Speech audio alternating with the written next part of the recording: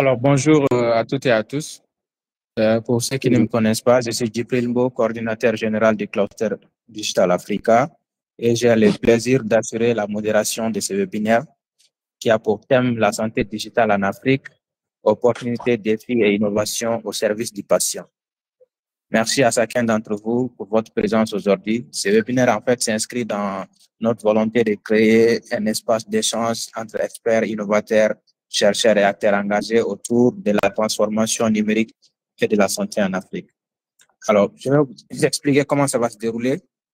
Dans un premier temps, chaque intervenant prendra la parole pour se présenter brièvement, vous parler de votre parcours, votre rôle actuel, votre lien avec les thèmes de notre webinaire. N'hésitez pas à parler également de vos entreprises si vous en avez ou des perspectives dans lesquelles vous travaillez. Ensuite, nous passerons à une série de questions-réponses que je poserai à tour de rôle, bien sûr, selon votre expertise et perspective. Et enfin, nous allons prendre quelques minutes pour récolter les questions du public afin de favoriser l'échange, en fait. OK, donc je vais donc à présent donner peut-être la parole à nos intervenants, en commençant par Monsieur Mahmoudou Koulibaly, qui est directeur général de Baobab Studies International. Monsieur Koulibaly, vous avez la parole.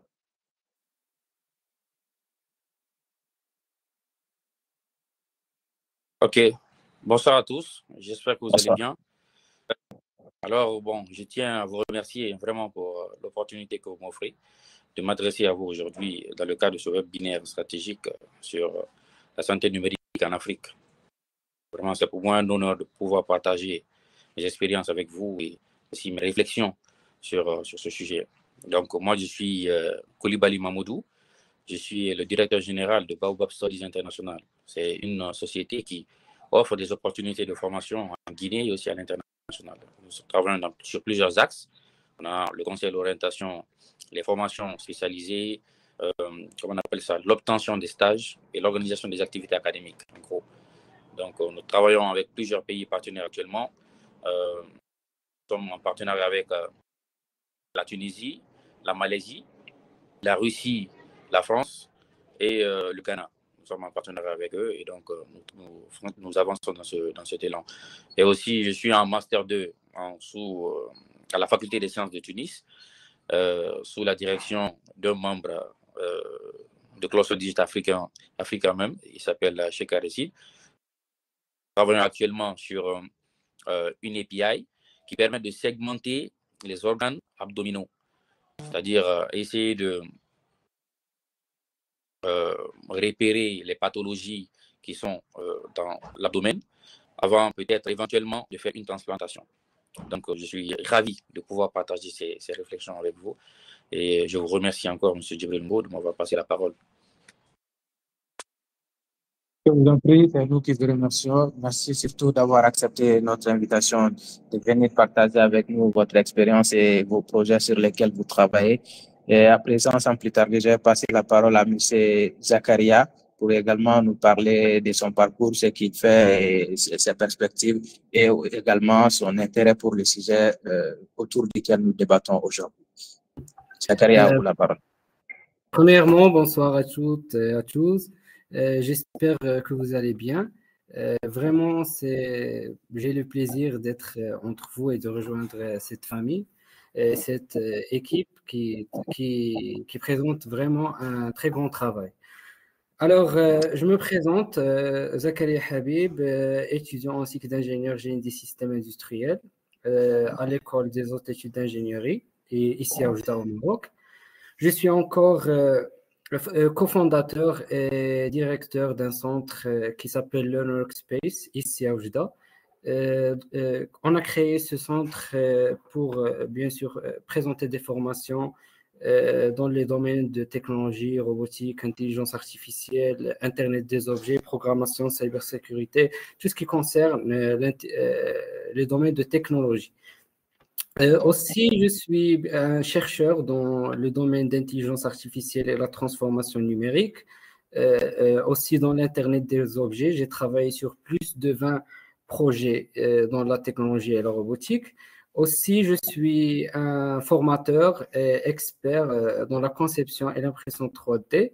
Et peut-être c'est ça, je vais parler beaucoup sur le domaine ou bien sûr la relation entre la conception et surtout l'impression 3D et l'utilisation dans la médecine, car j'ai déjà travaillé avec des étudiants en faculté de médecine, j'ai déjà collaboré, j'ai déjà fait des formations dans la conception et l'impression 3D pour les étudiants de faculté de médecine, car c'est quelque chose qui a développé et il va développer le domaine de médecine. Je pense que, comme j'ai déjà dit, j'ai l'honneur d'intégrer votre équipe et j'aime bien d'être une valeur ajoutée à vous et je suis toujours disponible. C'est ça.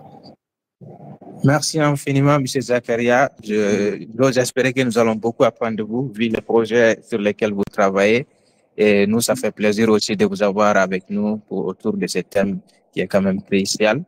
Et à présent, sans plus tarder, nous allons rentrer dans le vif du sujet, en commençant par des questions, comme je l'avais annoncé précédemment.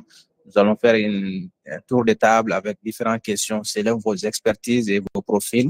Et ensuite, nous allons prendre les questions du public. Donc, en attendant que le docteur Diko nous rejoigne, sans plus tarder, la première question, je l'adresse à M. Mamoudou Koulibaly, qui, je rappelle, est le DG de Baobab Studies International. M. Koulibaly, selon vous, selon vos observations, comment l'éducation et la recherche peuvent-elles accompagner la montée en puissance de la santé digitale en Afrique? Si vous n'avez pas compris la question, n'hésitez pas de me faire signe pour que je vous la rappelle.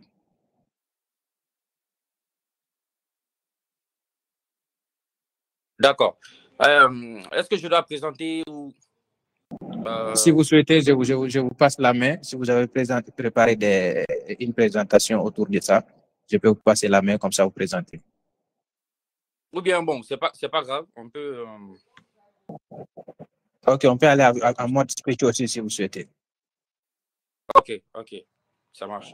Donc, vraiment, merci beaucoup, M. Mbo. C'est une question qui est très importante, qui est un peu comment l'éducation peut être un support pour la santé digitale en Afrique.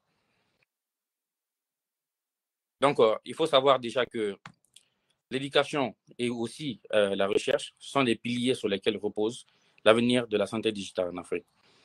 Alors, face à des défis liés à l'accès aux soins, la qualité des infrastructures de santé, la pénurie des professionnels de santé, l'intégration de la santé numérique dans les systèmes de santé africains dépend largement de notre capacité à former les talents de demain, à développer des solutions adaptées aux réalités locales.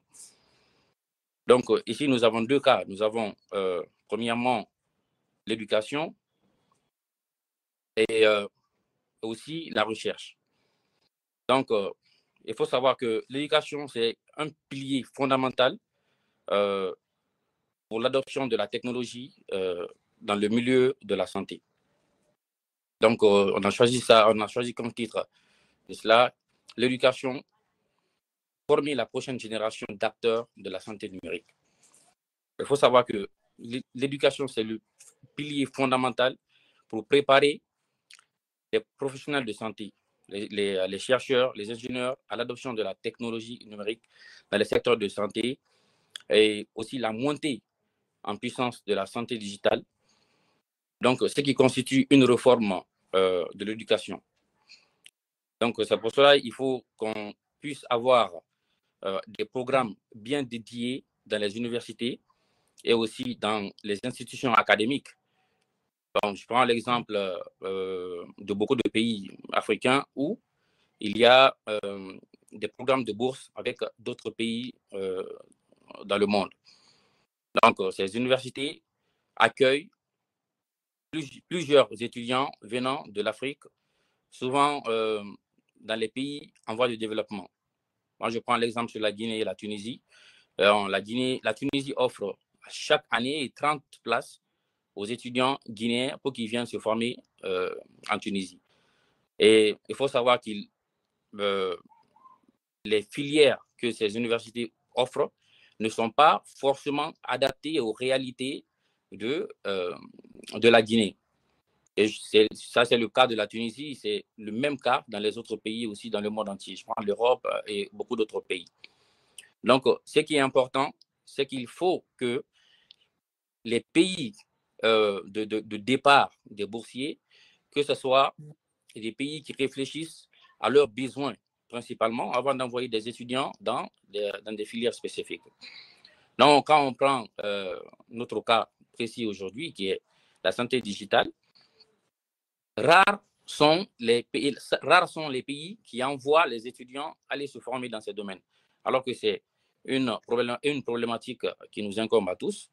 Et donc, il serait primordial qu'on pense aux filières auxquelles nous allons envoyer nos étudiants pour qu'ils puissent revenir après et pouvoir contribuer au développement du pays. Donc, dans notre cas, nous avons un projet ambitieux. Nous avons décidé d'envoyer très bientôt des étudiants aller se former dans plusieurs domaines qui sont en rapport avec la santé digitale. Nous avons premièrement l'intelligence artificielle liée à la santé. Nous avons, comment on appelle ça, des professionnels dans la santé comme ceux qui étudient la radiographie. Il y a aussi des études dans le traitement des données, mais spécialisées dans le cadre médical. Et aussi, comment on appelle ça, la cybersécurité. Parce qu'il est important que les données que nous utilisons soient gérées par des étudiants africains et que ces données soient analysées après pour donner d'autres perspectives et qui pourront être étudiées par ces étudiants. Donc ça, c'est le cas de l'éducation et aussi dans la recherche. Il y a beaucoup de thèmes de recherche sur lesquels les étudiants peuvent travailler. Je pense que la Guinée est en train de travailler là-dessus avec le Maroc et aussi la Tunisie. Ils sont en train de travailler sur des systèmes pour pouvoir prendre des chercheurs. Cette fois-ci, ce n'est pas seulement les étudiants. Prendre des chercheurs en Guinée, les envoyer en Tunisie pour qu'ils puissent faire des recherches auprès des universités tunisiennes et aussi des hôpitaux. Donc, dans notre cas, nous avons envoyé trois étudiants, bon, on les appelle 3 stagiaires, pour qu'ils puissent développer leur terme de recherche. Donc, combiner ces deux parties-là, l'éducation et la recherche, je pense que ça constitue un pilier sur lequel l'Afrique pourrait s'appuyer pour pouvoir décoller dans le cadre de la santé numérique. Merci infiniment, M. Koulibaly. Vous l'avez dit, l'éducation et la recherche sont les piliers sur lesquels l'Afrique doit s'appuyer pour se développer davantage. Avant de passer la parole à M. Zakaria, vous avez soulevé un point important, c'est-à-dire le choix des filières, le choix de la formation que nous partons dans les pays que nous partons faire dans les pays qui nous offrent des bourses. Vous avez parlé du cas de la Tunisie, entre la Tunisie et la Guinée, ces partenariats qui existent. Mais ne pensez-vous pas que souvent, ce sont les pays d'accueil qui dictent le choix des filières qu'ils nous offrent? Ou bien cela a changé? Parce que la dernière fois que j'ai eu écho de ces actualités, c'est généralement ces pays-là qui offrent des bourses en mettant en avant les filières qu'ils souhaitent, dans lesquelles ils souhaitent nous former. Maintenant, après, est-ce que vous pensez qu'on ne va pas, c'est pas un point à revoir afin de demander, pas exiger, mais de proposer des filières dans lesquelles nous souhaitons que nos jeunes aillent se former, parce que les réalités des pays sont différentes souvent.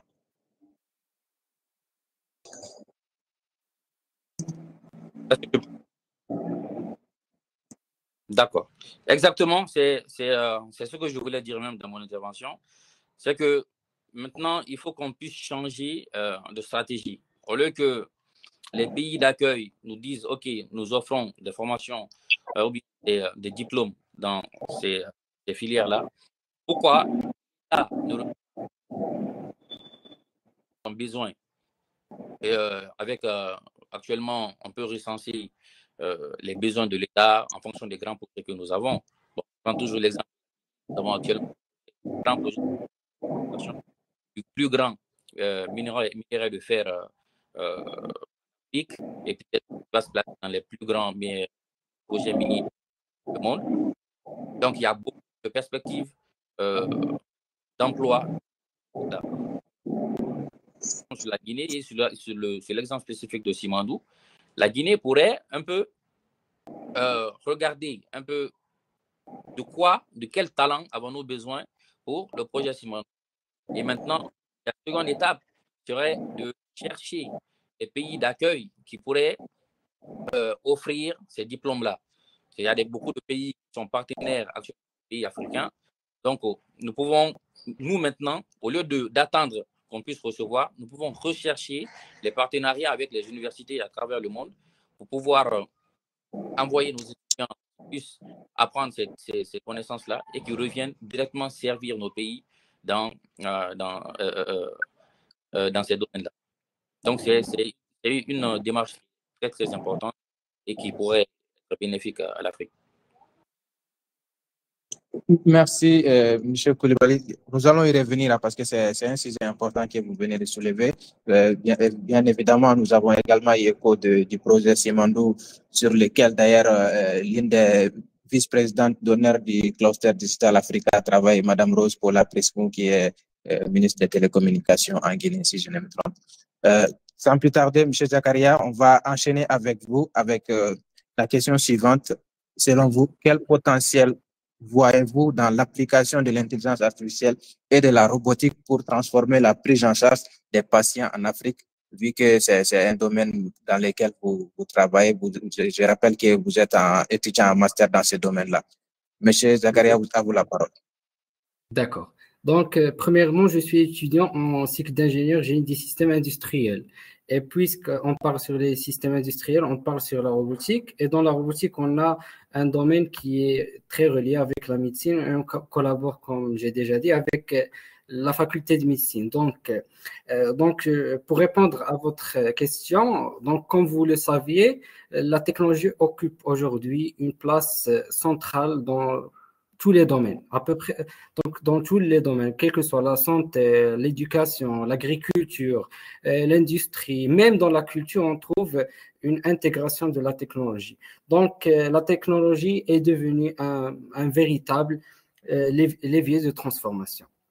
Alors, en tant qu'étudiant, ça veut dire, ou bien chercheur dans le domaine de technologie, d'intelligence artificielle et surtout dans la robotique, donc j'ai essayé donc de réaliser des projets ici, de trouver des solutions pour, quel que soit pour développer le domaine ou le secteur d'éducation, et même le secteur de la santé. Donc, sans beaucoup tarder, donc, je vais entrer directement dans le sujet de ce webinaire qu'il s'agit de la santé digitale. Donc, la santé digitale, on a les deux mots, on a santé et on a digital. Donc, on sait bien sûr que la santé est l'un des piliers les plus importants pour qu'on parle sur un développement durable pour les pays, ainsi comme l'éducation, comme l'économie, comme aussi on a les 4 piliers essentiels: la santé, l'éducation, l'économie et la recherche scientifique, comme il a cité mon ami le premier intervenant. Donc, et pour le webinaire précédent, on a parlé sur la digitalisation et la technologie en relation avec l'éducation. Et aujourd'hui, ça veut dire qu'il existe une continuation dans les secteurs les plus importants pour les pays. On a parlé dans le webinaire précédent sur l'éducation. Aujourd'hui, on parle sur la santé. Donc, la question, comme j'ai déjà cité, la technologie est devenue, ça veut dire, ou bien il a intervenu dans tous les secteurs, dans tous les domaines. En Afrique, si on prend l'exemple de l'Afrique, avec sa diversité culturelle, sa richesse humaine même, mais aussi on a beaucoup de défis structurels en ce qui concerne les bases ou bien ce qui concerne ou bien on trouve des obstacles majeurs dans ces domaines que j'ai déjà cités qui freinent parfois l'élan vers un développement harmonique et bien sûr durable. Donc, lors de notre dernier webinaire, nous avons eu l'opportunité d'explorer en profondeur l'impact des nouvelles technologies dans le secteur éducatif. Ce fut en discussion soit avec ce qu'il a cité la ministre ou bien les autres intervenants qui ont vraiment, ils ont mis en lumière les défis qu'on trouve en Afrique. Revenons à la santé. La santé, c'est un secteur stratégique, c'est un secteur transversal, c'est un secteur nécessaire. Et bien sûr, on a aperçu ça dans la dernière crise mondiale, le Covid-19. Et bien sûr, cette réflexion nous amène naturellement à la thématique spécifique de notre webinaire d'aujourd'hui, qui porte un nom aussi évocateur que promoteur, la santé digitale. Donc, ce concept en apparence récent est en réalité le fruit d'une évolution technologique progressive et ambitieuse qui bouleverse, je m'excuse déjà, profondément les pratiques médicales à travers le monde. Donc, lorsqu'on parle sur la santé digitale, on évoque bien sûr un large éventail de technologies en pointe. On parle sur l'intelligence artificielle, on parle aussi sur l'analyse, comme il a cité mon collègue, l'analyse des données, l'analyse des images médicales. Maintenant, on a des applications avec l'intelligence artificielle où on scanne seulement avec le portable, on scanne le scanner ou bien l'image et il va nous donner le problème médical où se trouve avec une très grande précision. Des fois, et la précision, c'est de 87%. Aussi, on trouve la robotique, surtout quand on parle sur la robotique dans le domaine de médecine, on parle de la robotique chirurgicale qui assiste bien sûr les praticiens dans les gestes d'une extrême précision. J'ai eu l'occasion de travailler sur un robot qui est vraiment très très rapide et il a une très grande précision. C'est à peu près ça veut dire l'erreur, c'est de 0,001 mm. Ça veut dire une grande précision et ça veut dire la tâche d'une très grande vitesse. On trouve les objets connectés, par exemple, et déjà c'est fait, une opération a été effectuée ici à Casablanca et le médecin, bien le chirurgien, je pense, c'est dans la Chine. Ça veut dire maintenant on peut faire ça veut dire à travers les objets connectés, on peut réaliser une opération, ça veut dire d'un pays dans un autre pays. Ou encore, on trouve même les plateformes numériques et aussi les télémédecines qui réduisent les distances, comme j'ai déjà dit, et améliorent même l'accès aux soins. Donc, parmi ces innovations révolutionnaires, j'aime bien citer, ça veut dire une technologie très, très intéressante dans le domaine de médecine. On parle sur l'impression 3D. Autant qu'un acteur engagé dans les domaines de robotique, comme j'ai déjà dit, l'intelligence artificielle, même l'innovation industrielle qui a une relation avec la médecine, bien sûr, je peux vous affirmer que l'impression 3D représente aujourd'hui l'une des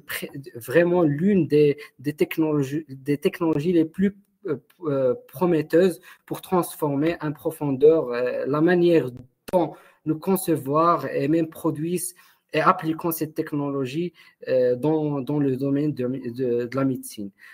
Quand on parle sur l'impression 3D, c'est avant tout une technologie en pleine démocratisation. Autrefois, réservée à quelques laboratoires de recherche et grandes industries. Maintenant, ça veut dire le prix et même avoir une imprimante 3D, c'est possible qu'avant. Surtout avant le Covid, c'était peut-être interdit dans quelques pays. Aujourd'hui, on trouve, ça veut dire, c'est plus facile d'avoir une imprimante 3D. Et aussi, à cause ça veut dire, il est devenu populaire, donc le prix est diminué. Donc, revenons à l'impression 3D, ou bien avant de parler sur, ça veut dire sur l'utilisation et l'application de l'impression 3D dans la médecine moderne. L'impression 3D est véritablement une innovation qui a vraiment développé le domaine de la médecine.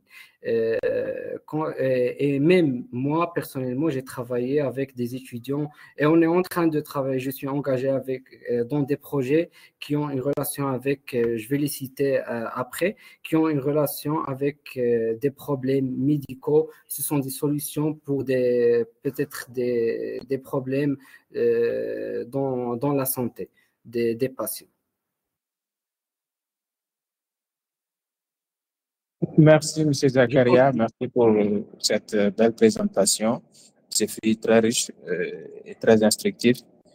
Nous vous disons du courage surtout sur les projets sur lesquels vous travaillez parce que c'est des projets d'avenir et c'est prometteur. Effectivement, vous l'avez dit, en fait, nous, nos séries de webinaires, c'est une suite logique. Nous avons des axes d'intervention, à savoir la santé, la formation, l'éducation, l'agriculture. Ce sont les 4 points sur lesquels le cluster Digital Africa travaille beaucoup plus, surtout la formation et la santé. Donc, ce qui fait que la dernière fois, nous avons parlé de l'IA et l'éducation. Aujourd'hui, on parle de l'IA et la santé. Peut-être les prochains webinaires, ça sera l'IA et l'agriculture certainement. Ceux qui nous suivent, n'hésitez pas à poser vos questions dans la discussion publique. Nous allons certainement vous donner la parole également vers la fin pour poser vos questions. En attendant que Dr Diko nous rejoigne, nous allons enchaîner avec une deuxième question, cette fois-ci pour M. Koulibaly, qui, je rappelle, elle est DG de Baobab Studies International. M. Koulibaly, selon vous, quelle stratégie de gouvernance ou de politique publique serait nécessaire pour structurer un écosystème e-santé efficace? M. Koulibaly, à vous la parole. D'accord. Merci beaucoup, M. Djibril. On va passer la parole. Donc, c'est une question qui est très, très importante, qui est de savoir comment gérer les politiques de e-santé, c'est-à-dire quelle stratégie de gouvernance de politique publique serait adaptée au contexte de l'e-santé en Afrique.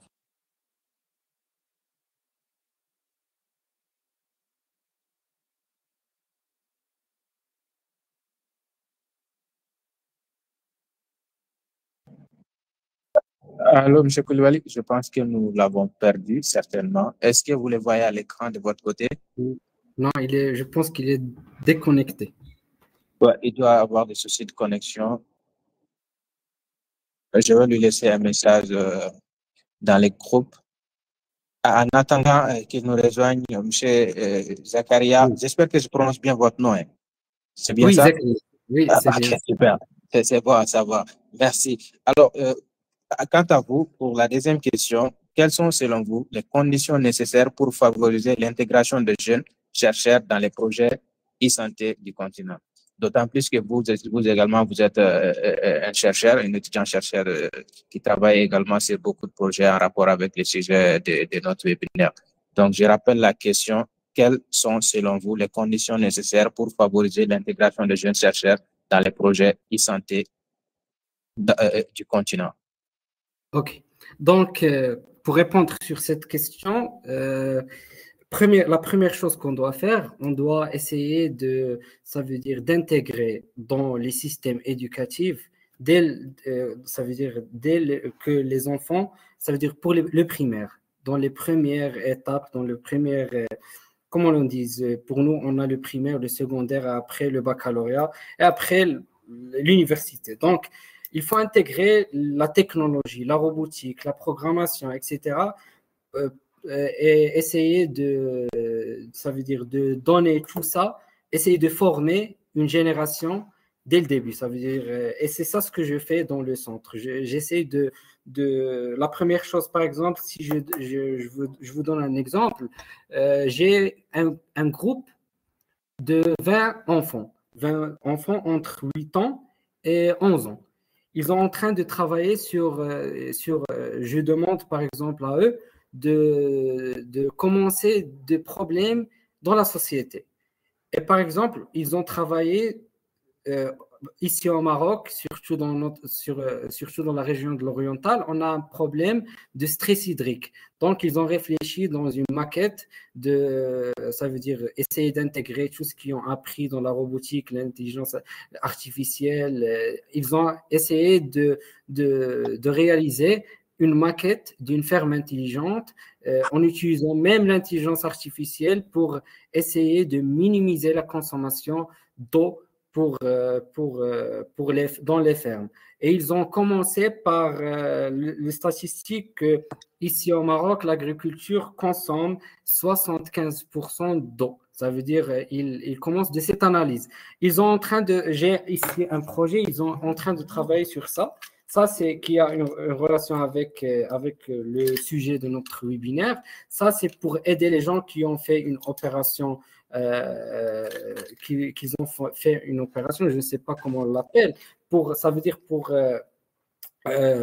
aider à entraîner les mains après l'opération. Donc, vous saviez, donc, quand tu donnes à l'enfant, ça veut dire l'outil informatique, l'outil technologique dès le début, ça veut dire qu'il aura l'esprit de trouver, de réfléchir à des solutions en utilisant la technologie, en utilisant tout ce qu'il a appris. Ça veut dire que tu lui donnes les outils, tu le formes, ça veut dire que tu le donnes ou bien tu le pousses à observer, ça veut dire à observer les problèmes autour de lui et bien sûr à utiliser tout ce qu'il a appris, quel que soit dans la science, dans la technologie, dans l'ingénierie, pour l'appliquer et trouver des solutions et aider la société. Donc c'est ça, je pense que c'est ça.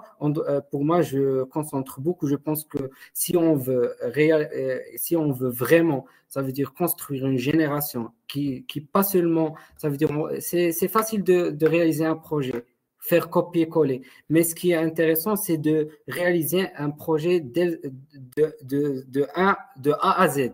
Ça veut dire de commencer d'un problème et trouver ta propre solution. Ça peut être un projet qui existe, mais tu vas le travailler avec les outils ça veut dire avec quelle que soit financière, avec les outils qui existent et même avec ta propre méthode. C'est ça, je pense que c'est ça ce qu'on doit travailler. Et pour réaliser ça, même la ministre, elle a dit l'autre fois, on doit commencer par la recherche scientifique. Ça veut dire on doit commencer par la théorie, ça veut dire une étude, etc. Et après, on passe à la pratique. On ne doit pas seulement réaliser des projets pour dire qu'on est en train de travailler sur l'intelligence artificielle. On a réalisé un projet dans la robotique seulement pour faire comme ça, mais on doit donner le temps, on doit investir un peu dans la recherche scientifique, on doit bien sûr réaliser notre propre produit. Et c'est ça, je pense, ce qui va faire la différence. On ne doit pas être seulement des consommateurs, mais on doit être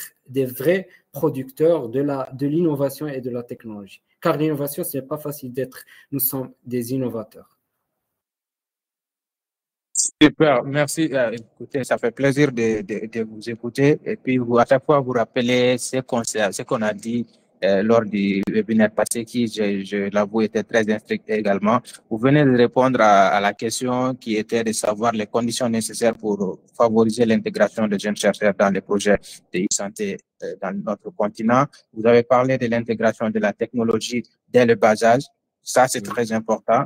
Il est important qu'on forme nos jeunes à l'utilisation de ces outils-là dès le bas âge parce que déjà, on est déjà en retard. Donc, si on ne les forme pas dès le bas âge, on sera encore beaucoup plus en retard. Vous avez parlé d'investissement, d'investir dans les recherches. Tout ça, c'est important. Également, de réaliser des projets de A à Z. C'est important également parce que là, je viens de voir tout de suite le message de M. Koulibaly dans le groupe qui dit que son iPhone a surchauffé et a demandé qu'il ne peut pas l'utiliser pendant un moment. Vous avez vu, ça, cela nous rappelle que ces gens-là sont en train de fabriquer des produits qui ne sont peut-être pas adaptés à notre continent, qui ne sont pas adaptés à notre climat.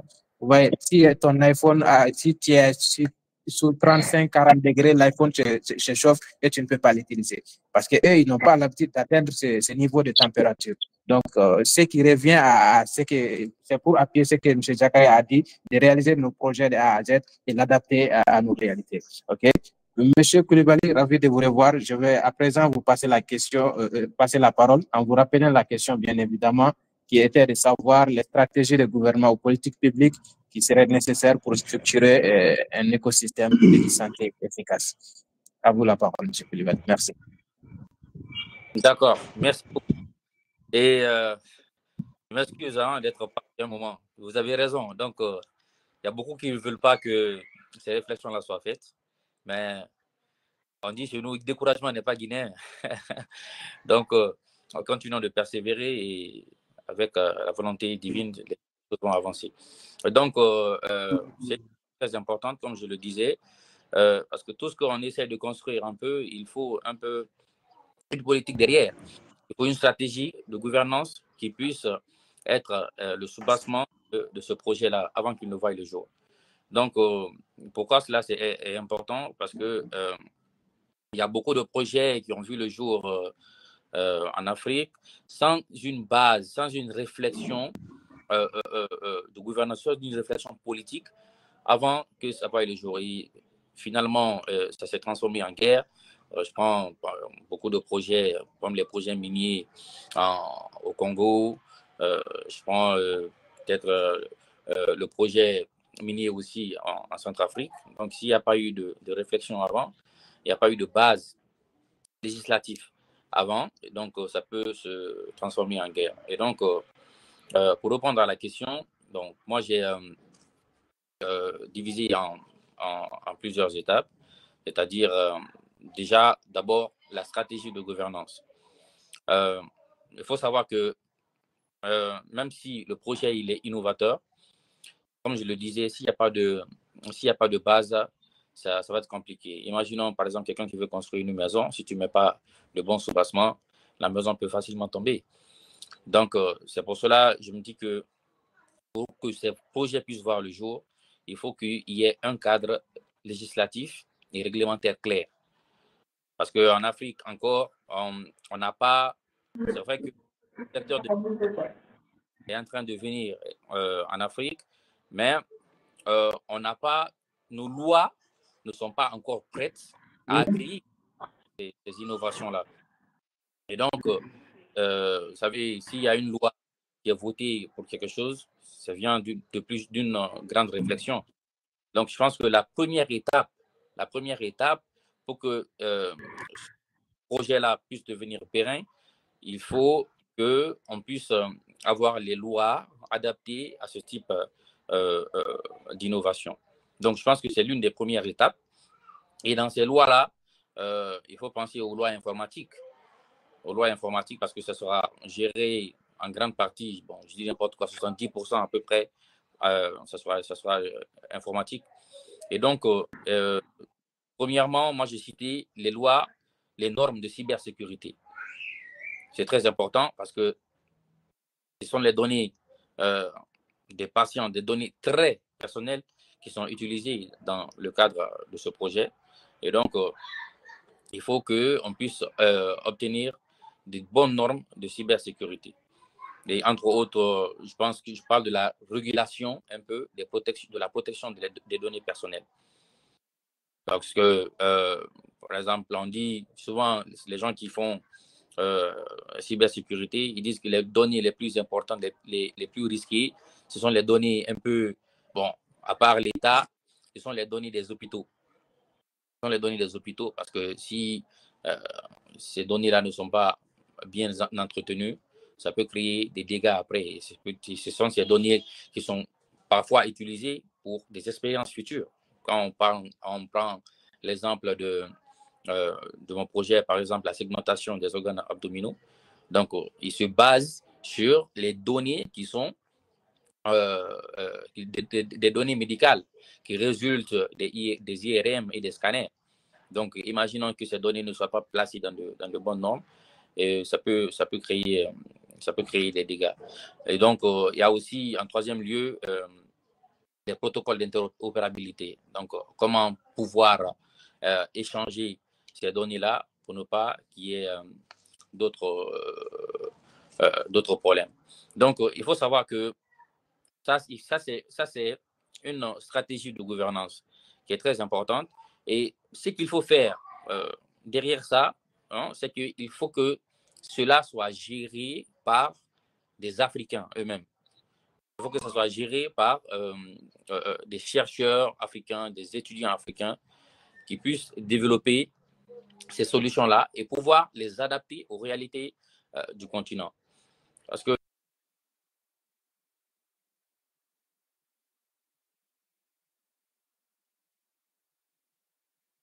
alors, monsieur, je pense que nous l'avons perdu encore une fois. J'imagine que c'est son iPhone qui a encore chauffé. Parce que tout à l'heure, c'est ce qu'il disait, son iPhone a chauffé, donc du coup, il n'arrivait plus à l'utiliser. Monsieur Diko, ravi de vous voir avec nous, docteur Diko, qui, je rappelle, est médecin généraliste et CEO et fondateur de I2D Health Tech, qui est une start-up qui évolue dans la santé. Monsieur Diko, docteur Diko, excusez-moi, nous avons commencé un peu en avance et nous avons fait le tour d'étape. À présent, nous allons vous donner la parole, bien évidemment, pour vous présenter et directement essayer de répondre à la première question qui est de savoir, vous, en tant que professionnel de santé et entrepreneur, quels sont, selon vous, les leviers les plus concrets que la santé digitale peut activer pour améliorer l'accès aux soins en Afrique? Monsieur Dr Diko, si vous nous recevez, la parole est à vous. Ben, merci beaucoup, mon cher ami Djibril. C'est toujours un réel plaisir d'animer des webinaires avec toi. Tellement tu sais si bien t'y prendre. Et mon bonjour aussi à Adib. C'est un plaisir, c'est une première fois et j'ose espérer que nous aurons à collaborer très étroitement dans les jours et les mois à venir. Inch'Allah, avec plaisir. Bonjour à l'auditoire, je me nomme Dr Diko Ibrahim, et je suis médecin généraliste et cofondateur et CEO de I2D, qui est une health tech africaine, comme le rappelait tantôt M. Mbo. Et nous avons mis, c'est une jeune start-up qui a moins de 2 ans d'existence et qui se veut un pionnier dans ce domaine-là, en tout cas pour le cas du Mali. Et donc, alors, par rapport à l'accès aux soins, quand on parle déjà de digitalisation de la santé, pour moi, c'est une grosse opportunité pour l'Afrique. Parce que les soins étant ce qu'ils sont, l'accès pose un problème, la qualité de la ressource humaine, n'en parlons pas. Et donc, digitaliser la santé est une vraie aubaine, une opportunité que doit saisir l'Afrique. Et donc, pour être assez concret, il y a quand on parcourt un peu la littérature et ce qui se passe un peu à travers le monde, on voit qu'il y a beaucoup de choses qui se font aujourd'hui dans ce domaine de la digitalisation de la santé. Mais plus concrètement, s'agissant de l'Afrique francophone en général et du Mali en particulier, je pense que les leviers sur lesquels on peut vraiment aujourd'hui s'activer pour pouvoir améliorer l'accès aux soins, c'est surtout et avant tout la télémédecine, qui englobe la téléconsultation, les télésoins et tout ce qui va déjà avec. Et cette télémédecine pourra facilement permettre à des professionnels de haut rang, de classe internationale, de pouvoir prendre en charge des patients dans les zones les plus reculées, dans les zones rurales les plus reculées, qui soient à travers le Mali. Et télémédecine, toujours, connaissant le contexte actuel de la sécurité au Mali, cette télémédecine pourrait être vraiment une très bonne opportunité pour que des zones difficiles d'accès à cause de l'insécurité, que ces populations puissent également bénéficier, n'est-ce pas, de la prise en charge de qualité et aussi avoir accès à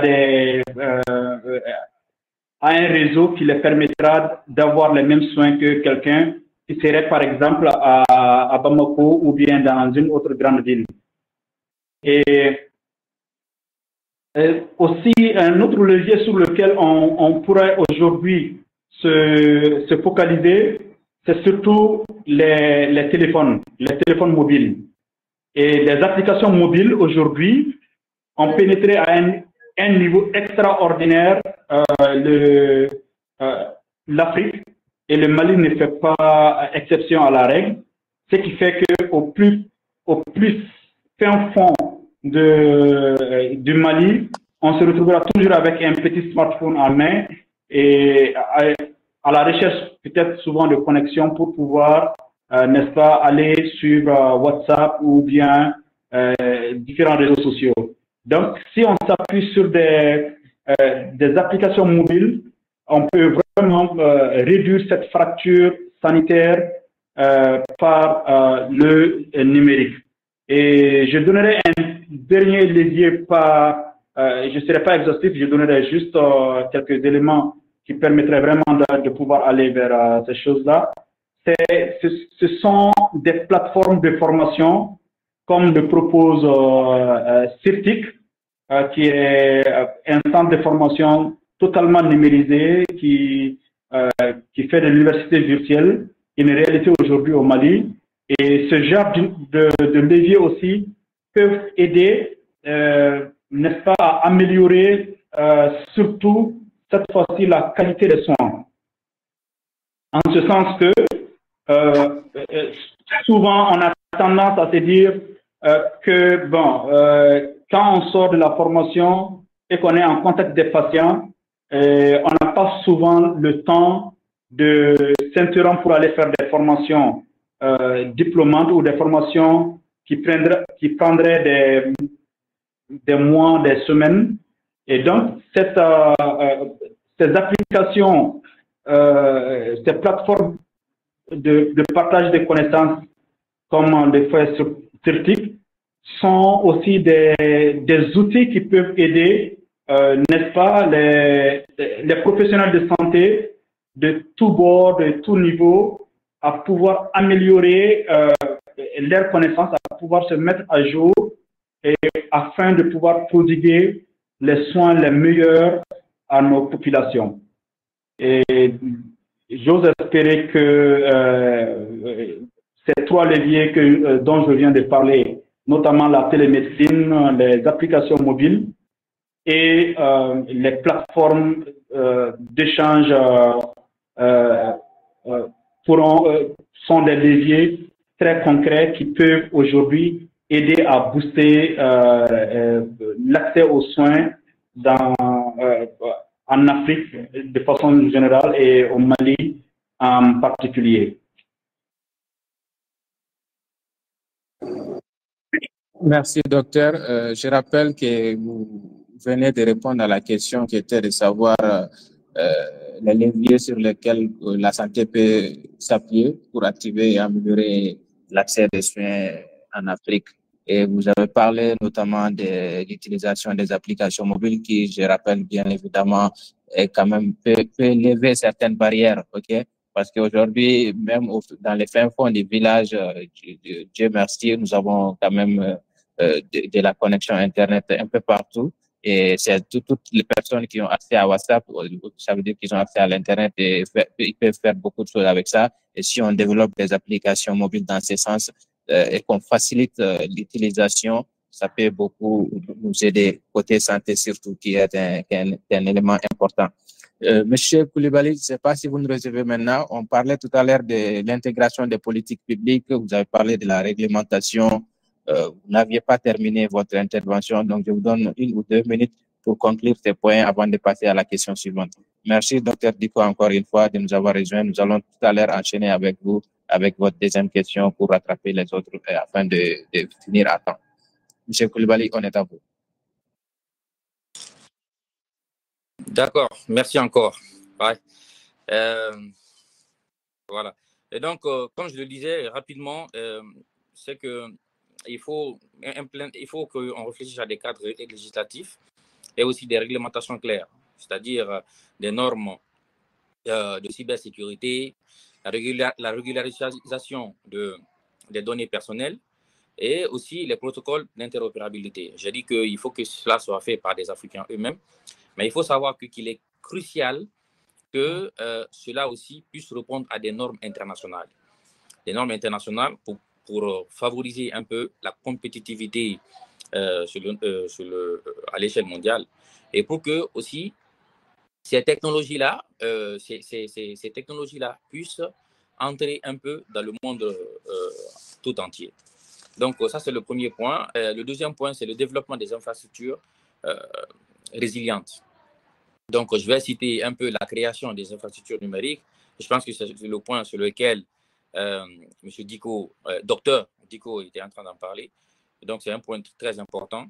Et aussi, pourquoi pas mettre en place des centres de données. Des centres de données pour un peu centraliser les données que nous avons. Ça entre un peu dans le premier cadre qui est un peu la sécurisation de nos données.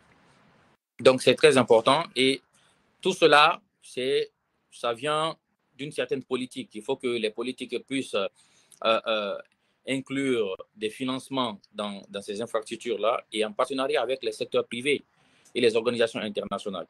Donc, c'est un point très important. Et l'autre point, c'est un peu la promotion de la formation et le développement de compétences. Ça entre un peu dans la première question que vous m'avez posée. Tout cela n'est possible que si les cadres sont bien formés, si les talents de demain sont bien formés à l'utilisation de ces technologies.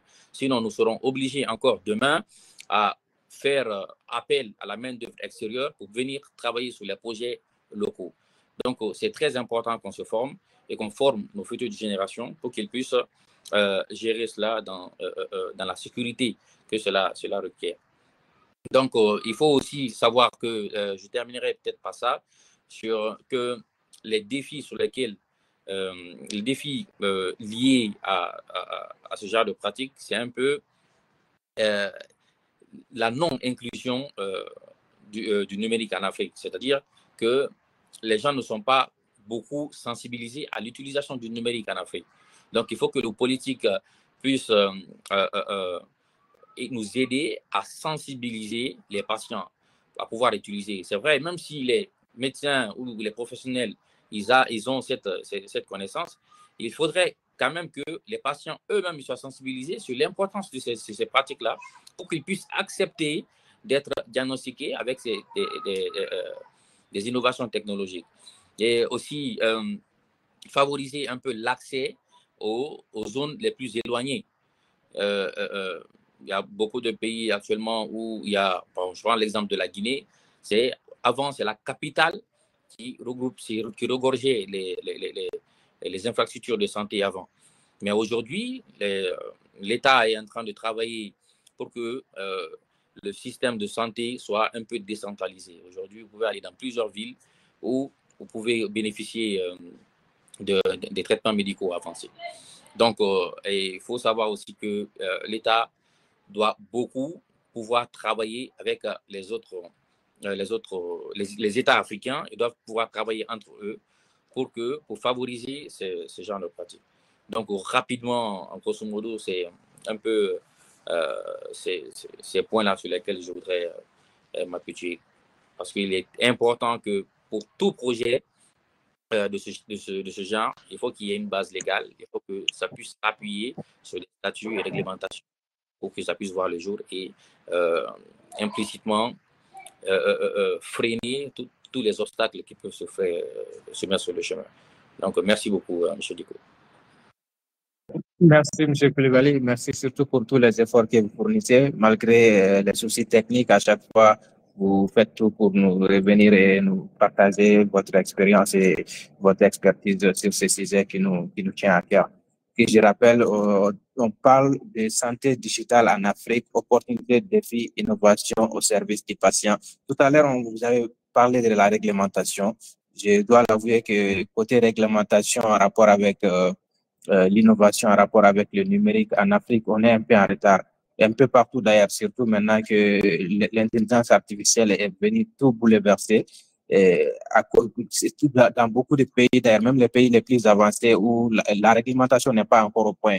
Par exemple, récemment, je lis un article qui parlait d'une compagnie aérienne au Canada qui avait mis en place un chatbot qui discutait avec leurs clients. Le chatbot a bégayé, il a halluciné, il a mal répondu aux clients. Les clients ont porté plainte et c'est parti au tribunal. La compagnie s'est défendue en disant que ce n'est pas eux qui répondaient, c'est le chatbot. Mais le tribunal a décidé, les juges ont décidé que c'est vous qui avez mis en place le chatbot, c'est à travers vos données que le chatbot répondait aux clients. Et ils ont été amendés, ils ont payé plus d'un demi-milliard de dollars. C'est beaucoup, c'est pas beaucoup pour une entreprise aérienne, mais c'est beaucoup d'argent quand même, un demi-milliard. Donc c'est pour rappeler que en ce qui concerne la réglementation aujourd'hui des technologies, ce n'est pas qu'en Afrique, mais nous devons nous servir de ces exemples-là pour pas que ça nous arrive. Nous devons anticiper et surtout ne pas commettre ces erreurs que ces pays-là ont commis. Et ils sont en avance sur nous, ils ont eu à expérimenter. Nous, on ne peut pas se permettre de commettre les mêmes erreurs qu'eux. Nous devons commettre d'autres erreurs, mais ça ne doit pas être les mêmes. Donc, c'est pour rappeler à quel point il est important de réglementer tout ça. Même les lois au Mali, la loi sur la cybercriminalité, ça cause beaucoup de problèmes parce que ce n'était pas bien compris. Aujourd'hui, à la moindre chose, la loi peut t'incriminer si tu ne la maîtrises pas parce qu'il y a beaucoup de détails. Même le fait de partager une information qui ne va pas dans le sens du poil de l'État, c'est pas bon. Donc, ou bien qui menace la sécurité de l'État, c'est pas bon. Donc, c'est pour dire que nos lois ne sont pas bien comprises et il va falloir y travailler et essayer de bien expliquer tout ça. Mais ce n'est pas ça les sujets. On ne va pas parler que de la réglementation. Comme Dr Diko vient de nous rejoindre, nous allons encore une fois lui passer la parole pour qu'il réponde à la deuxième question rapidement. Monsieur Diko, si vous nous entendez, vous êtes à la tête d'une IFTEC africaine. Quels freins avez-vous rencontrés dans l'adoption de vos solutions par les professionnels de santé et les patients? Parce que je dois avouer que l'utilisation des technologies dans le domaine de la santé, beaucoup sont réticents, mais il va falloir les sensibiliser, il va falloir faire comprendre à tout le monde que c'est important, parce qu'aujourd'hui, on assiste même à des opérations chirurgicales où les médecins se font assister par des robots. Donc, je rappelle une fois la question qui est de savoir les freins que vous avez rencontrés dans l'adoption de vos solutions par les professionnels de santé et les patients. Bien, merci beaucoup, Djibril. Tout d'abord, je tiens un peu à expliquer un peu l'une des solutions que nous avons mis en place. Nous avons actuellement en développement 2 autres solutions, mais notre vaisseau amiral en la matière, c'est surtout un pro-logiciel intégré qui permet non seulement de faciliter la gestion des établissements de santé et d'une part avec tout ce qui va avec la comptabilité, l'administration, la gestion des ressources humaines et la gestion des rendez-vous, et aussi permettre de faire des téléconsultations lorsque le médecin a des soucis de se déplacer ou lorsque le patient est dans une urgence absolue, on puisse facilement permettre à un médecin qui est sur place avec le malade d'entrer en contact avec des spécialistes et pouvoir discuter en visuel et que ce spécialiste puisse donner aussi son avis sur la prise en charge. Et ça, c'est une première partie de ce logiciel que nous avons mis en place. Mais il intègre aussi une solution comme celle de la très réputée UpToDate. Je ne sais pas si certains le connaissent. UpToDate est une application néerlandaise utilisée énormément dans les hôpitaux américains aujourd'hui, qui a totalement révolutionné, n'est-ce pas, les outils d'aide au diagnostic médical. Et donc, nous avons copié ce même modèle-là et l'adapter avec les réalités locales afin d'aider les praticiens à pouvoir poser des bons diagnostics.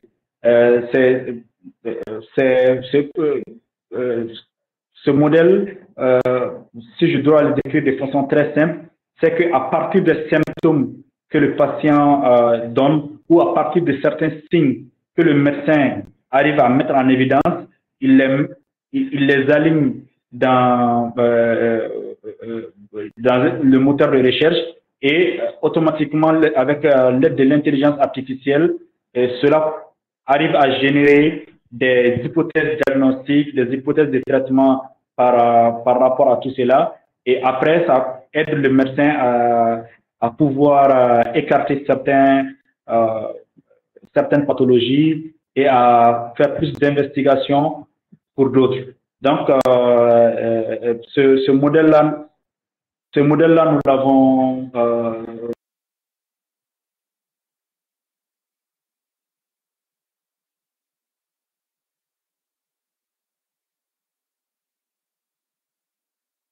Allô, docteur, vous êtes avec nous?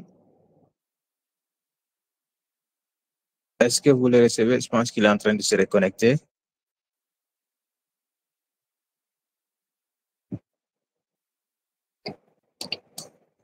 Sinon, il parle des points importants, la gestion des données, surtout dans les domaines médicaux. M. Koulibaly a également parlé de la sécurité, parce que de toute façon, aujourd'hui, nos données personnelles, là, c'est répandu sur le net, il reste plus que les données médicales, sinon nos prénoms, photos, adresses, nos envies, nos besoins, tout est sur Internet déjà. Monsieur Diko, docteur, votre micro n'est pas activé.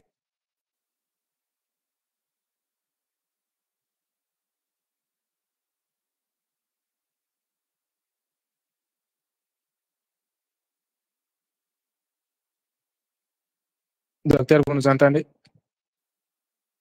Alors, je pense qu'il a un souci de son. Il va nous rejoindre. Voilà, comme je le disais, de toute façon, nos données personnelles, la plupart en tout cas, c'est déjà sur le net. Veillons à ne pas également divulguer nos données médicales à travers les applications espions qu'on installe sans cesse dans nos téléphones. Avant que monsieur docteur nous rejoigne, docteur, c'est bon? Est-ce que vous m'entendez? Là, c'est bon, on vous entend super bien. Je vous laisse poursuivre. Ok, parfait. Donc, je disais à peu près que Kennersoft, c'est un modèle de logiciel, de pro logiciel intégré avec un outil également d'aide au diagnostic. Donc, c'est notre vaisseau amiral, c'est la première application que nous avons créée et mise à disposition du monde médical au Mali. Et quant au frein, le tout premier frein qu'on a rencontré, c'est d'abord auprès des spécialistes, des praticiens. Et ce premier, c'est surtout le fait que ça, c'est pas inhérent seulement au monde médical. Les gens n'aiment pas souvent le changement. Et on préfère rester dans sa zone de confort et de continuer à faire les choses comme on a toujours eu l'habitude de le faire. Donc, les habitudes ancrées ont créé énormément de problèmes dans un premier temps pour que des professionnels puissent épouser des solutions technologiques afin de pouvoir améliorer la prise en charge. Et certains sont très sceptiques et ils pensent que ce sont des outils qui n'aident pas. Mais quand on essaie de les convaincre que ces outils aident la personne humaine surtout à s'améliorer. La grosse crainte du milieu médical, c'est de se faire un jour remplacer par les solutions technologiques. Et je peux comprendre ces inquiétudes. C'est avec aujourd'hui l'arrivée de l'IA à très grande vitesse, beaucoup se posent la question de leur avenir professionnel en adoptant ce genre de solution. Bon, pour un initié, on dira que ce n'est pas la bonne méthode, ce n'est pas d'être sceptique ou de refuser d'utiliser ces solutions, mais c'est plutôt apprendre à les utiliser et à les utiliser pour soi et non les laisser que quelqu'un d'autre les utilise contre nous. Donc ça, c'était le tout premier frein qu'on a rencontré. C'était auprès des praticiens qui qui, pour certains, ne veulent pas quitter leur zone de confort, et pour d'autres, qui ont peur d'être un jour remplacés par l'intelligence artificielle. Un autre frein qu'on a rencontré, mais que je ne vais pas développer parce que Koulibaly a eu l'amabilité de développer cela en long et en large, c'est le manque de formation et de compétences dans ce milieu-là. Et ça, c'est aussi un grand frein que toute start-up aujourd'hui est obligée de rencontrer. Donc, de ce fait, je parlerai plutôt d'un autre frein qui est celui des infrastructures qui sont aujourd'hui inadaptées, inadéquates aux besoins de vulgarisation de connectivité. Et, souvent, ce sont des problèmes de réseau. On a tous eu Koulibaly qui se bat avec sa connexion depuis un certain temps. Et moi aussi, j'ai été coupé tout à l'heure avec cette connexion, sachant que on est quand même parmi des privilégiés, si on peut le dire comme ça, parce qu'on est quand même en capitale. Imaginez un tout petit peu ceux qui sont un peu en dehors de nos grandes villes, quelles sont les difficultés qu'ils ont souvent à avoir une bande passante acceptable pour pouvoir profiter à 100% des avantages de ces technologies-là. Et donc, ça pose énormément de soucis. Et cela est un très grand frein parce que, voilà, on ne peut pas se déployer partout en même temps. Il faudrait déjà vérifier que la connexion soit au rendez-vous. Et pour ne pas monopoliser la parole, je viendrai sur les derniers freins que je vais partager avec vous, qui est celui de le risque lié à l'utilisation des données personnelles. Beaucoup de personnes aussi sont aujourd'hui inquiétées par rapport à la sécurité et à la confidentialité des informations qui sont aujourd'hui collectées de façon automatique et de façon massive à chaque fois qu'on a à utiliser ces logiciels-là. Et donc, vous l'avez tous dit ici, à un moment donné, les réglementations ne suivent pas les innovations, ce qui est malheureux. Et cela nous amène quand même à être assez prudents. Et concrètement, nous, sur nous sommes obligés de vendre nos solutions aujourd'hui en proposant à nos clients d'avoir également des serveurs locaux pour éviter que ces données-là se retrouvent sur des clouds. On est obligé de leur vendre le logiciel avec aussi une solution de stockage local qui permettrait non seulement de sécuriser les données à leur niveau et qui les permet aussi de pouvoir utiliser, même si la connexion n'est pas très top. Donc, mais cela génère bien évidemment un coût supplémentaire. Si par exemple une solution pouvait se vendre à 200, 300 euros, aujourd'hui, avec ces difficultés-là, il faudrait envisager d'avoir un serveur local, avoir certaines conditions. Et donc, très facilement, la facture pourrait grimper, se retrouver au-delà des 1000 euros pour des solutions qui auraient dû normalement coûter quelques centaines d'euros, tout au plus. Donc, ça, ce sont des freins que nous avons rencontrés dans le déploiement de nos solutions. Et de plus en plus, nous essayons de trouver des voies et moyens pour pouvoir endiguer, n'est-ce pas, ces différents obstacles que nous rencontrons. Merci, docteur. C'est toujours un plaisir de vous écouter, hein. Très éloquent et puis très instructif. Je rappelle que vous venez de répondre à la question qui est liée aux freins que vous avez rencontrés dans l'adoption de vos solutions par les professionnels de santé. Vous avez parlé de problèmes avec les praticiens. Vous avez parlé de la peur du changement, de l'innovation chez certains. Je rappelle que ça, c'est pratiquement dans tous les secteurs. Ça est arrivé même aux plus grandes entreprises du monde. Même à Nokia, quand Android est sorti, ils n'ont pas voulu investir dans ça. Ils étaient réticents. Ils avaient dit que c'est un phénomène de mode. Finalement, le phénomène de mode a eu dessus sur Nokia. Nokia est tombé. Les entreprises qui évoluent qui ont accepté d'évoluer avec Android ont laissé Nokia très loin derrière. Ils essaient de se relever, mais toujours pas. Vous avez également parlé des manques d'infrastructures, ça c'est un fait. Même chez nous ici, on a rencontré ces problèmes-là.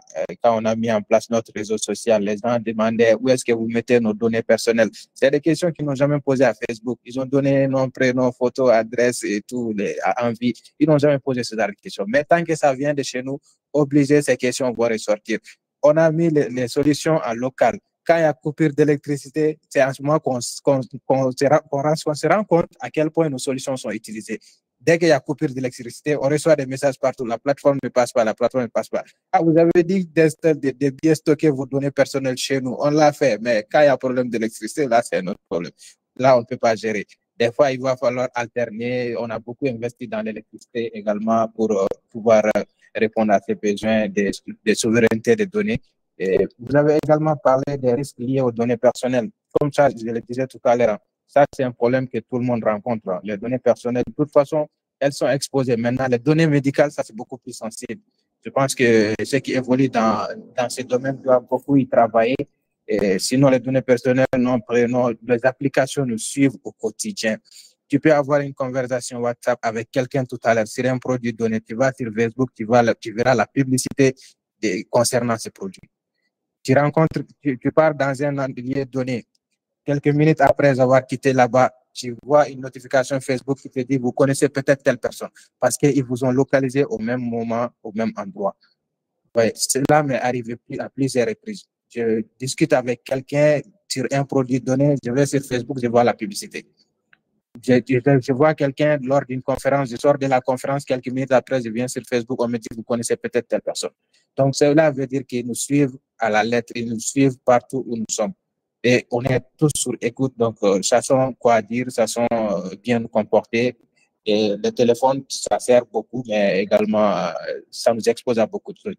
C'est un point que je voulais ajouter et très rapidement. Je ne suis pas le speaker, j'essaie juste d'apporter mes contributions. En tout cas, je tiens encore une fois à vous remercier. Nous sommes presque arrivés à la fin. On avait dit 1h30, mais c'est tellement intéressant que les 1h30 sont presque épuisées et on n'a pas encore épuisé les questions, encore moins les questions du public. Très rapidement, je vais passer la parole à M.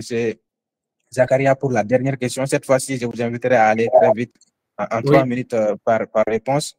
M. Zakaria, avez-vous un exemple de solution innovante, que ce soit IA, robot, capteur, qui vous a particulièrement inspiré dans le domaine de la santé digitale? Si vous n'en avez pas, est-ce que vous en connaissez, vous en avez connaissance? Oui, je vais commencer par vous parler d'un projet actuel.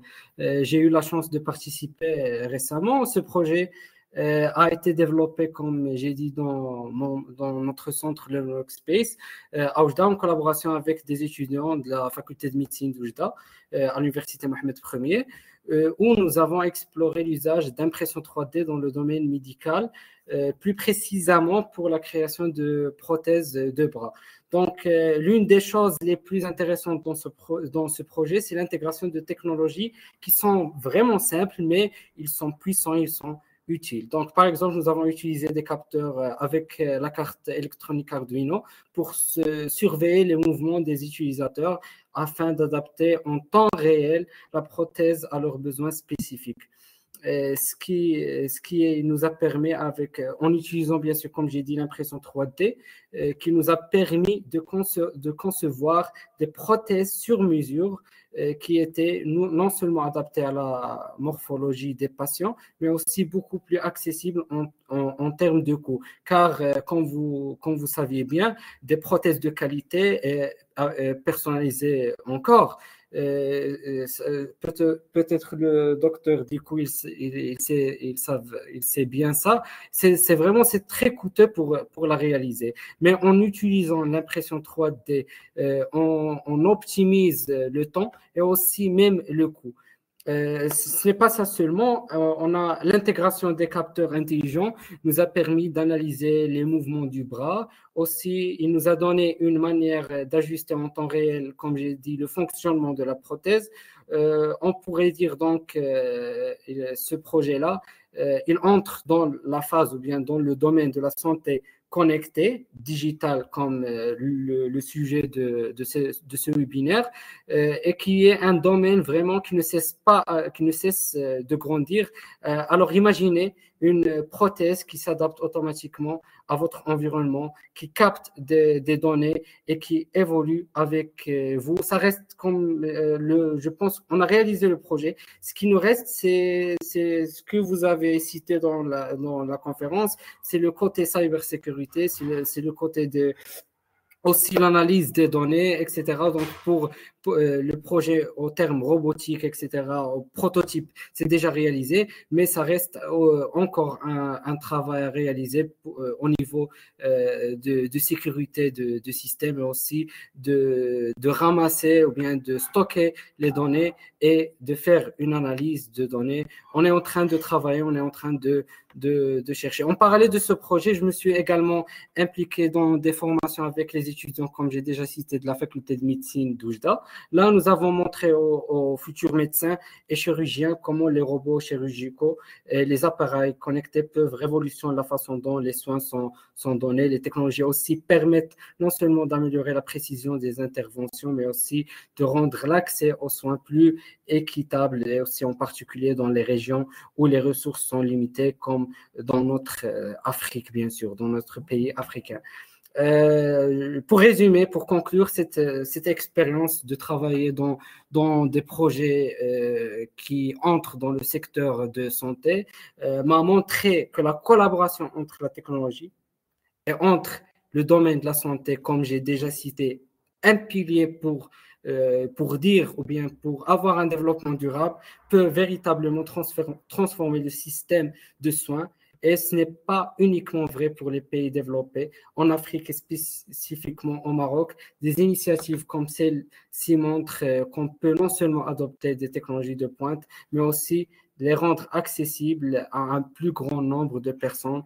Et cela me conforte dans l'idée que l'innovation en santé peut résoudre de vrais problèmes de société. Et bien sûr, on sort de seulement réaliser des projets, par exemple, voir seulement la technologie de l'intelligence artificielle, mais on voit, ça veut dire, le sourire sur le visage des patients et comment ça va influencer directement sur eux. Merci Habib. En tout cas, c'est des projets prometteurs. Nous vous disons bon sens et surtout bon courage. Ne négligez pas les côtés de sensibilisation et également, en fait, je rappelle que ici, c'est un moyen aussi de réseauter. N'hésitez pas de mettre les liens de vos projets si vous avez des sites web, si vous avez des publications que vous avez à faire, de mettre les liens dans la discussion publique pour donner plus d'informations à ceux qui nous suivent. Je pense qu'on arrive presque vers la fin, mais on va faire un dernier tour avec les questions restantes. On va passer la parole à président M. Koulibaly qui va nous parler de comment développer les partenariats internationaux et les diasporas également qui peuvent jouer un rôle dans le développement des solutions de e-santé durable. Monsieur Koulibaly, je suppose que vous avez également eu à faire vos études à l'étranger, si je ne me trompe. Voilà, vous pouvez revenir un peu sur ça, mais vraiment de façon très brève, en 3 minutes. Merci, M. Koulibaly. À vous la parole. D'accord. Merci beaucoup, M. Djibril. Effectivement, j'ai fait mes études à l'étranger et je continue encore à faire un peu la navette entre la Tunisie et la Guinée. Moi, je suis boursier de l'État. J'ai pu bénéficier d'une bourse en Tunisie pour ma licence et mon master. Donc, c'était en informatique et ça s'est très bien passé. Donc, j'ai pu savoir quand j'étais là-bas les problèmes que je peux résoudre, que je pourrais peut-être résoudre quand je viendrai une fois en Guinée. Et c'est ça un peu la valeur voilà, d'une personne qui va à l'étranger. Donc, une personne qui va à l'étranger, il a deux valeurs. Une valeur, disons, il est porteur de connaissances ou bien porteur de valeurs. Porteur de connaissances parce qu'il peut apprendre là où ils sont dans un pays de destination et venir les appliquer ou bien vulgariser cette connaissance-là dans son pays de départ, ou bien porteur de valeur, pourquoi pas, chercher les financements, chercher les opportunités, mettre en relation le pays d'accueil et le pays de départ. Donc, c'est un peu les deux valeurs que je crois que un étudiant ou bien un immigré a en lui. Donc, pour nous concentrer sur la question, sur l'importance ou bien comment mettre en place les partenariats internationaux et aussi comment, disons, utiliser la diaspora pour que cette innovation puisse voir le jour. Donc, il faut savoir que c'est vrai que tout ce que nous avons dit, nous avons un obstacle commun. C'est quel obstacle? C'est l'obstacle du financement. C'est l'obstacle du financement et aussi du savoir-faire. Et pour cela, je pense que le premier pas à faire, c'est de trouver les bons partenaires, les bons alliés pour pouvoir réaliser ce projet. Donc, je pense que l'un des premiers alliés que nous pourrons avoir, ce sont les institutions internationales et aussi les ONG. Les ONG qui peuvent nous aider dans le comblement des lacunes. Quand je parle des lacunes, c'est les lacunes d'une part sur le financement et d'autre part sur le savoir-faire. Comme je l'ai dit sur mon parcours, et comment je vois un migrant, c'est quand tu emmènes soit le financement dans ton pays, les opportunités dans ton pays, ou soit tu ramènes le savoir-faire à travers les formations. Donc, c'est une étape très importante et je pense que cela pourrait résoudre beaucoup de problèmes que nous avons. Par exemple, si dans les partenariats que nous avons, nous avons un partenariat, une collaboration entre les universités africaines et aussi les universités européennes, cela pourrait nous permettre d'échanger les connaissances, d'échanger les expertises. C'est vrai que le projet que nous nous apprêtons à faire, qui est la santé digitale, la numérisation de la santé en Afrique, c'est fait dans les autres pays. Maintenant, comment nous pouvons faire pour que ça soit possible, pour que ça soit une réalité en Afrique, c'est pouvoir tisser de bonnes relations de partenariat pour qu'on puisse obtenir les expertises à l'étranger et venir les appliquer ici. Et l'un des points qui est important aussi, c'est les startups. Les startups, vous savez, il y a beaucoup de startups actuellement qui développent des solutions innovantes, mais qui ne sont pas appuyées. Donc, je pense que si les startups africaines peuvent collaborer avec les entreprises dans le monde qui sont dans le secteur de la technologie de la santé, je pense que ça pourrait répondre à beaucoup de questions. Et ça nous ramène encore à ce problème de formation. Parce que pour que cette solution puisse voir le jour, il faut que nous ayons des personnels qualifiés pour pouvoir mettre en exécution et pouvoir suivre ce projet. Et donc, c'est ça un peu, en gros, l'importance des partenariats. Maintenant, on va parler un peu de la diaspora. La diaspora, je reviens encore là-dessus, avec ces deux atouts, ces deux valeurs, et pourra bien tisser des relations là où il est, voir comment ça se passe. Par exemple, moi, quand j'étais en Tunisie, j'ai vu que là-bas, pour te déplacer, il te faut, si tu veux te déplacer en sécurité, il y a une application qu'on appelle Bolt. Et donc, si tu as cette application, tu peux te déplacer en toute sécurité et tu as les informations du taxi. Malheureusement, en Guinée, il n'y a pas cette solution-là. Et l'un des plus grands problèmes en Guinée, c'est le problème de transport, le problème de déplacement. Donc, c'est difficile de trouver le taxi.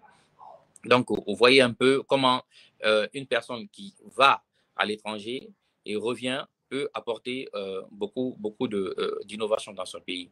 Maintenant, qu'est-ce qu'il peut faire ce revenant-là dans son pays. Vous savez, bon, comme on le dit, on dit que les partenariats, eux, ils peuvent apporter les ressources financières et les ressources techniques. Mais maintenant, pour pouvoir pérenniser ou bien pouvoir assurer la pertinence de cette innovation, il faut que les diasporas puissent s'impliquer parce que eux, ils sont, par exemple, ils sont déjà intégrés dans les communautés. Par exemple, moi, s'il y a un projet comme ça qui vient en Guinée, alors que j'ai eu à faire, à voir cela dans un autre pays, je serais un peu un.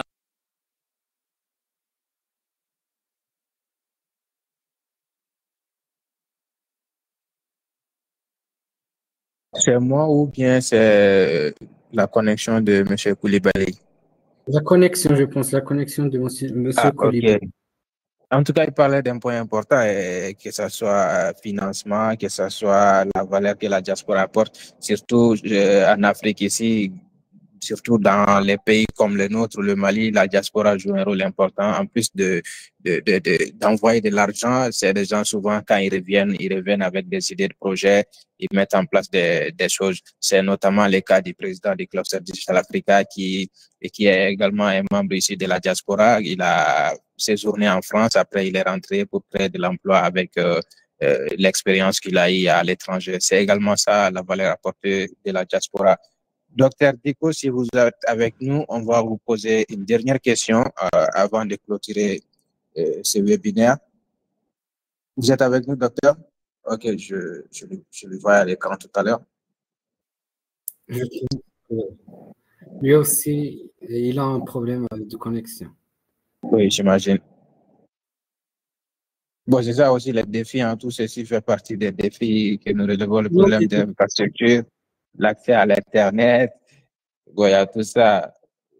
C'est des choses sur lesquelles il faut vraiment travailler, mais cela revient également à la formation. Si nous nous formons bien, nous allons pouvoir mettre en place toutes ces choses-là. Docteur, vous nous recevez? Oui, 5 sur 5. Super. Alors, une dernière question pour vous. Comment voyez-vous l'avenir de la télémédecine en Afrique francophone, notamment dans les zones rurales? Alors, je dirais que c'est plein de potentiel, l'avenir de la télémédecine pour transformer l'accès aux soins et améliorer les résultats de santé, aussi bien dans les zones rurales que dans les zones urbaines en Afrique. Cependant, sa réussite dépendra de la mise en œuvre d'un cadre professionnel de santé et de l'engagement des communautés pour que les formations puissent se faire comme il faut. Sa mise en œuvre dépendra également du développement d'infrastructures robustes. Comme on dit, Paris est la ville lumière. Aujourd'hui, il n'est pas un secret pour personne que Bamako est devenue la ville de l'obscurité. Et s'il n'y a pas d'infrastructure solide, robuste, pour pouvoir supporter ces innovations, les choses ne vont pas forcément dans le bon sens.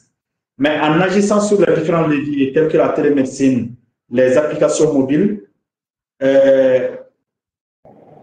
la digitalisation pourrait jouer un rôle essentiel dans le renforcement des systèmes de santé en Afrique.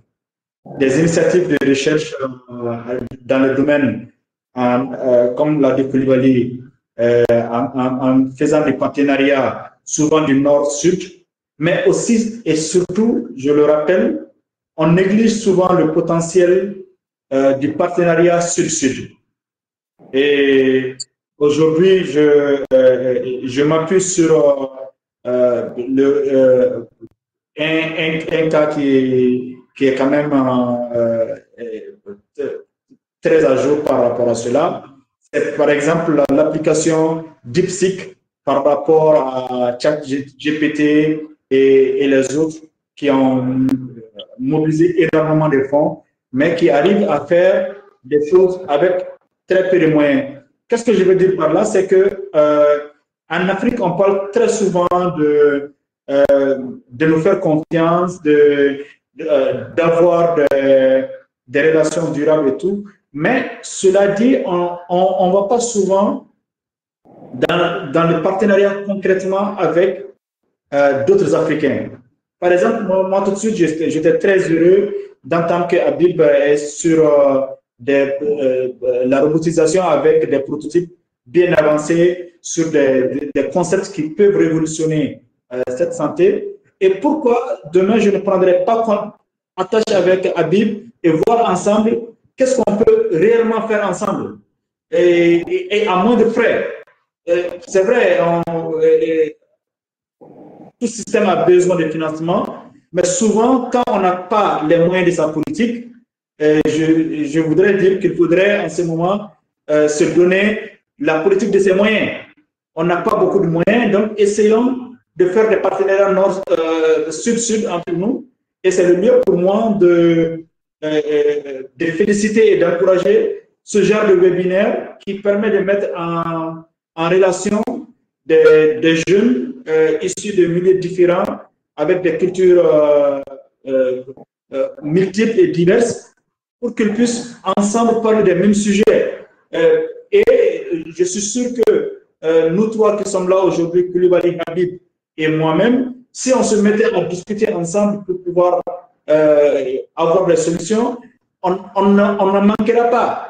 On n'en manquera pas. Maintenant, le reste, et même pour les financements, moi, je suis sûr qu'avec le génie qu'on a, je ne suis pas en train de surestimer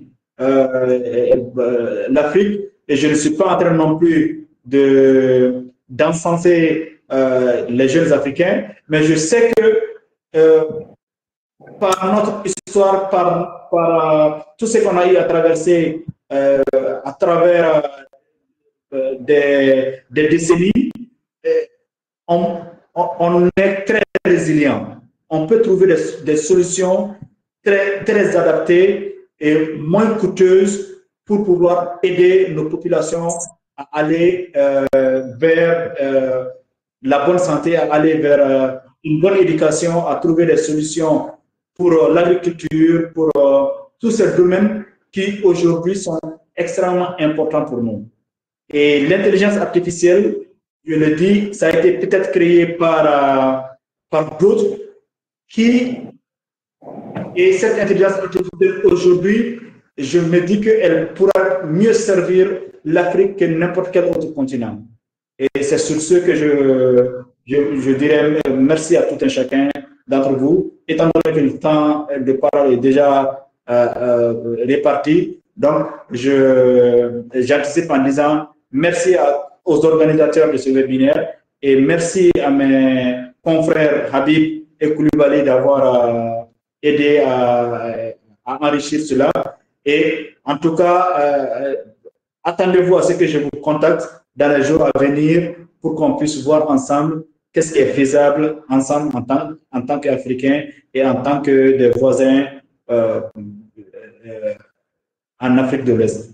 Sur ce, je vous remercie et bon après-midi à tous. Merci beaucoup, Dr Diko, et je suis toujours disponible pour une collaboration. Vraiment, les portes sont toujours ouvertes. C'est avec un grand plaisir. Merci beaucoup.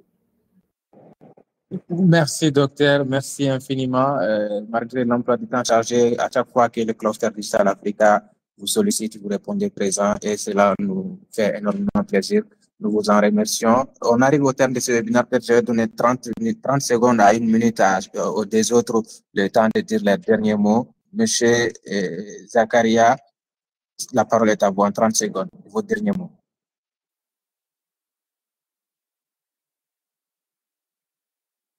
Les micros. Maintenant? Alors, pour conclure, on peut dire que la technologie, quelle que soit l'intelligence artificielle, la robotique ou même l'impression 3D, dans le domaine de la santé, il va permettre de créer des solutions personnalisées, même des fois plus efficaces que l'être humain et plus accessibles. Donc, ça reste seulement la question qui se pose, l'utilisation de ces technologies et comme vous avez cité, l'infrastructure.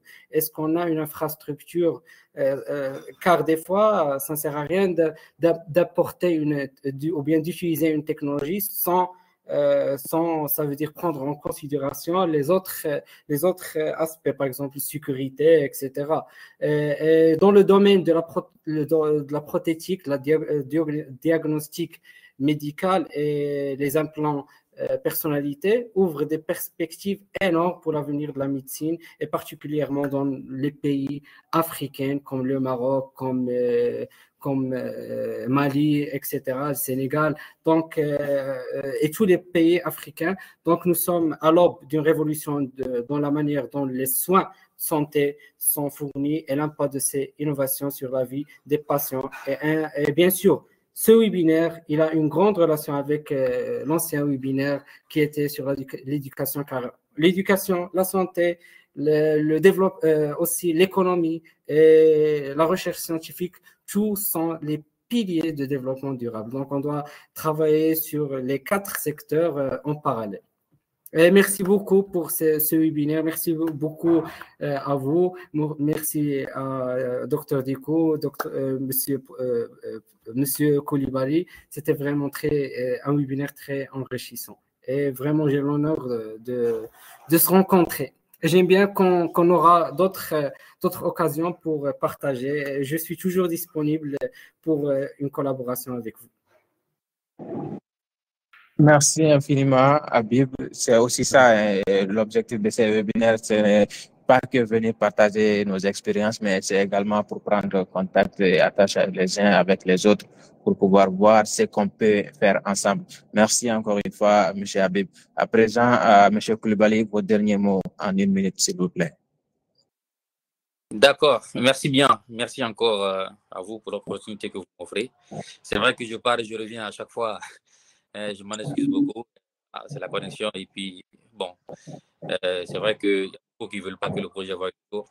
Mais avec beaucoup de résilience, beaucoup de courage, nous pourrons avancer. Donc, je suis tout à fait honoré et aussi ravi de pouvoir participer à ce webinaire qui est d'une très grande importance pour moi et pour l'Afrique. Parce que voir plusieurs personnes en train de réfléchir aujourd'hui à une perspective du futur, c'est une initiative à saluer. Donc, pour conclure, il faut savoir que c'est un projet dans lequel on se lance, c'est un projet du futur. Donc, pour cela, il faudrait que nous puissions avoir le personnel qualifié pour le faire. Donc, c'est le bon moment de former nos talents de demain pour ne pas avoir à faire recours à la main de l'extérieur. Donc, c'est un point sur lequel je voudrais, au long de cette webinaire, il y avait quelque chose à retenir, ce serait ça, parce que c'est sur cette lancée que nous sommes. Bawab Sodi, si je peux me permettre, c'est de former les leaders de demain, former les cadres de demain, pour ne pas avoir à chaque fois besoin de l'autre. C'est une chose qu'on peut faire de terme. Et je profiterai pour vous remercier encore M. Chaké, qui n'est pas là. Je suis dans recherche. Donc voilà, on est ouvert. Il y a toute une grande équipe qui travaille sur l'augmentation des abdominaux combinés. Donc c'est un sujet qui fait la liaison entre l'intelligence artificielle et la médecine. Donc, c'est important. Et franchement, merci beaucoup. Et je remercie encore mes autres panélistes qui m'ont ouvert l'esprit aujourd'hui, M. Habib et Dr Diko. Donc, vraiment, merci beaucoup. Et on va se recontacter pour d'autres opportunités, pour plus de réseautage. Vraiment, merci encore à M. Djibril et aussi au président du cluster, M. Diawara, pour cette opportunité et pour cette plateforme qui nous permet de réseauter beaucoup. Donc, franchement, merci beaucoup à tous et bonne fin de soirée. Et voilà, nous arrivons au terme de notre webinaire. Un grand merci à vous Dr Diko, M. Mamadou Koulibaly, M. Zakaria Habib, surtout pour la qualité de vos interventions, la clarté surtout, et également l'engagement, mais également les perspectives inspirantes que vous avez évoquées concernant la santé digitale en Afrique. Merci également à vous, chers participants. Il y a des questions dans le chat, mais je pense qu'on les a brièvement répondu, à savoir les données de santé dans un contexte de digitalisation, les rôles que peuvent jouer les jeunes chercheurs. Ça, c'est des questions auxquelles nous avons répondu. Donc, merci pour vos questions. Mais également, ce webinaire n'est qu'un point de départ. Hein. Des dialogues continuent sur nos différentes plateformes. Cette plateforme Serispace, c'est une plateforme qui a été mise en place par le Cluster Digital Africa, qui est dédiée à l'innovation et à l'intelligence collective. Donc, n'hésitez pas à y partager vos réflexions à travers notre réseau social, à entrer en contact avec d'autres personnes engagées dans ce domaine. Donc, en résumé, ce que je peux dire, c'est que vraiment l'Afrique a du talent, la technologie est un levier, et ensemble, nous pouvons construire une santé plus inclusive, plus innovante et plus humaine, surtout en s'appuyant sur la formation et encore une fois, c'est la formation. À très bientôt pour d'autres rencontres enrichissantes. Donc, restez connectés et restez engagés. Merci à toutes et à tous. Bonsoir et au revoir. Merci beaucoup, Djibril, pour la modération. Merci à vous. Merci beaucoup. C'était super, Djibril. Allez, bientôt à tous. Merci infiniment. Au revoir.